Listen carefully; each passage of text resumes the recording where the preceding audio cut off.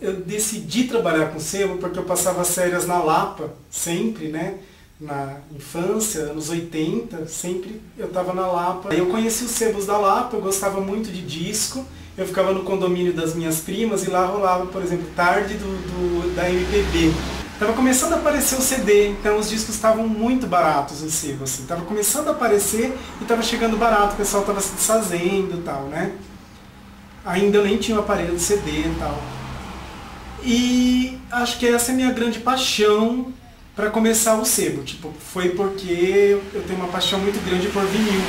Eu fui acumulando muita coisa, fui comprando muito, fui procurando sempre, aí eu montei um sebo virtual. E desse virtual eu queria adquirir cada vez mais material e tal. Acabei montando um sebo, um espaço físico mesmo. Isso daí já foi de família já, porque os meus parentes, cunhado, meus tios já mexiam com esse ramo, né? Eu trabalhava com esse ramo. E então eu era gerente de banco, eu resolvi sair do banco para montar esse ramo, né?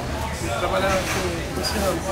Aí pensar num sebo veio com uma alternativa, não é? Só da aula, então de repente por que não uma alternativa? E aí apareceu a questão do livro, né? Primeiro, antes dessa loja ser sebo, ela era uma gibiteria, né? A gente trabalhava com gibis. Com o tempo nós fomos modificando essa estrutura, né, de comércio. Tiramos os gibis, né, e acabamos montando um sebo. Eu comecei brincando, com uma brincadeira, né?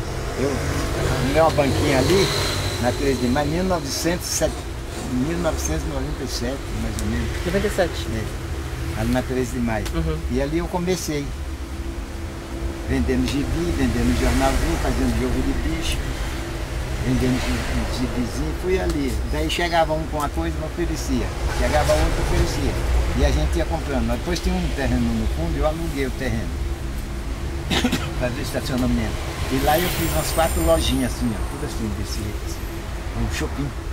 Só de disco lá no fundo.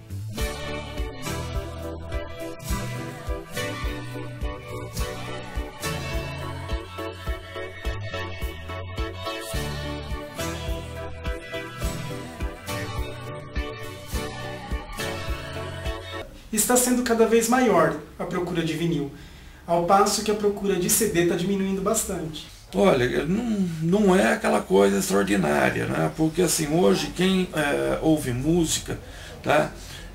Aliás, você tem 2 tipos de ouvintes de música. Tem aqueles que gostam de ouvir, que baixa de internet, que não está preocupado de quem é o artista, quem é o autor, quem é a produtora, ou seja, ele simplesmente ouve a música, não é? Agora tem aqueles outros que têm uma preocupação maior em saber um pouco mais, não é? Então esse tipo de ouvinte é aquele tipo de ouvinte que ainda está comprando disco.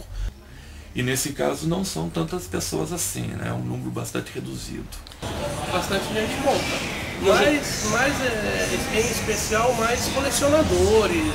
Pessoal de todas as idades estão descobrindo que o vinil é bom mesmo e está cada vez mais virando um artigo raro, um artigo de luxo. Vem gente de toda parte. É de toda parte, até pro Japão.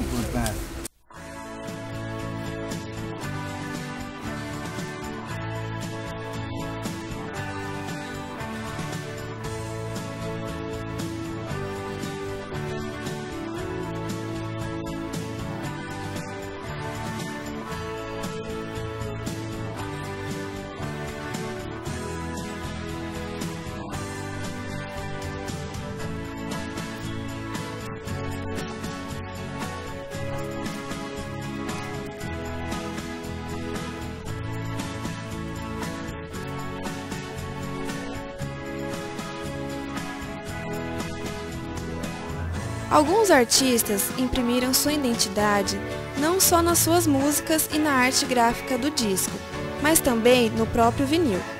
Apesar da grande maioria ser da cor preta, o vinil pode ser tingido, se tornando da cor que o artista desejar. E ainda existem os Picture Disc, onde uma foto pode ser impressa sobre a superfície do vinil, deixando-o ainda mais interessante. Olha, é bastante procurado o vinil justamente por causa disso. Tem muitas pessoas, como eu disse, principalmente os colecionadores, que preferem o vinil devido a esse fato, que o som é bem mais puro, né? Um som mais,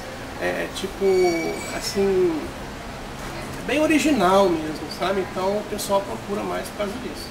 Além do som, assim, realmente o som é melhor. No início do sebo, eu gostava mais do vinil pela arte e eu não tinha noção do som, da diferença de som para um CD. Eu até achava que o CD era melhor. Aí eu comecei a notar que realmente do CD é um som mais limpo, mas os agudos, os graves, é um som muito mais forte no vinil. Alguns discos têm um maior valor em dinheiro e histórico devido não só às suas músicas, mas também às suas capas, que são verdadeiras obras de arte ou grandes trabalhos fotográficos. Outras fazem parte da história da indústria fonográfica.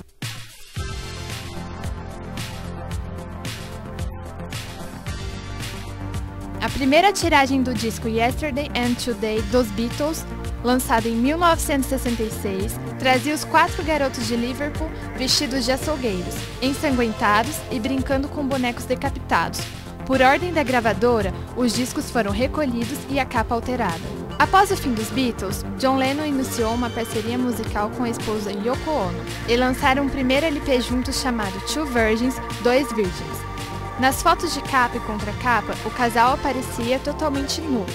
O disco foi proibido em alguns lugares e teve que ser vendido em um envelope que tapava a nudez do casal.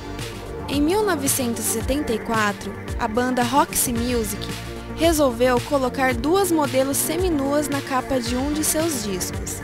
Resultado, ela teve que ser mudada. A banda Scorpions decidiu ilustrar o disco Virgin Killer com uma foto de uma pré-adolescente nua. Eles foram acusados de fazerem apologia à pedofilia. Para evitar maiores polêmicas, o melhor foi trocar a foto da capa.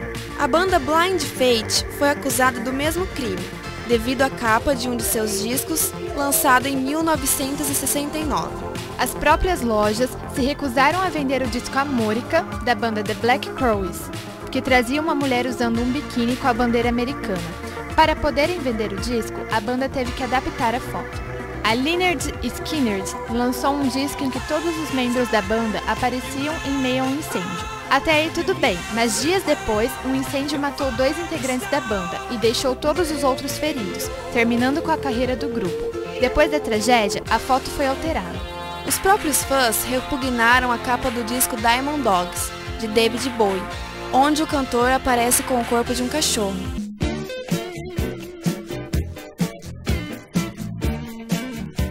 Gal Costa não pôde vender seu disco Índia, com a capa que ela pretendia. A solução mais viável foi cobrir o disco com plástico azul, que inclusive impulsionou as vendas. E em relação à capa de Todos os Olhos de Tom Zé, lançada em 1973, você consegue imaginar o motivo dela ter causado tanta polêmica?